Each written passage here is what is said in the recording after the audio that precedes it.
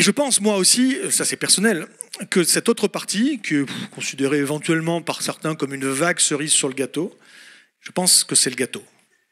Et je pense que ça, là, c'est la cerise. Je pense qu'on a oublié le gâteau, personnellement. Le gâteau, c'est les risques systémiques qui nous arrivent dessus, qui ne sont pas des événements. Les risques classiques, ce sont des événements qui ont un début, une fin, qui sont localisés dans l'espace et dans le temps. On met en place une prévention des risques et si ça se matérialise, une gestion de crise.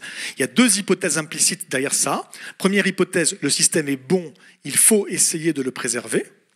C'est idéologique, je ne suis pas pleinement d'accord avec ça. Deuxième hypothèse, le système est viable, il est possible de le préserver. Pour moi, c'est objectivement faux.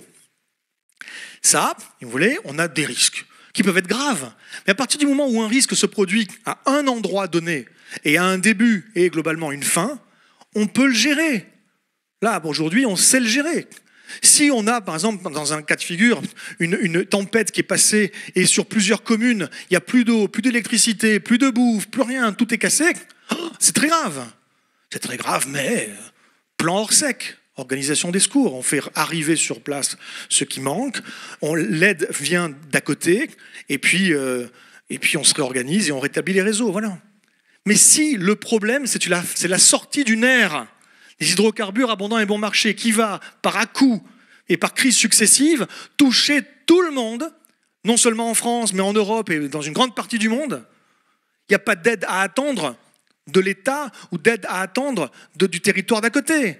On est tous au même... Et on n'a pas prévu quoi que ce soit pour faire face à ce type de risques, qui sont des processus. Ce sont des processus déjà enclenchés, qui vont s'accélérer, qui sont déjà en train de s'accélérer. Il n'y a pas de fin. Soit on accompagne, éventuellement même on a encore la possibilité à certains égards d'anticiper ces processus, soit on les subira. Et donc il s'agit de construire une résilience systémique des systèmes socio-écologiques. À gauche, on est sur un maintien implicitement du statu quo. À droite, c'est transformatif. Collectif et culturel nécessairement. À gauche, les rapports de force ont inchangé. À droite, on empouvoir les gens, on leur redonne un certain pouvoir et on dépasse le sentiment d'impuissance acquise qui nous pollue et nous nuit. Nous avons imaginé qu'on sorte donc de cette ère des hydrocarbures abondants et bon marché avec les risques sur l'approvisionnement alimentaire, sachant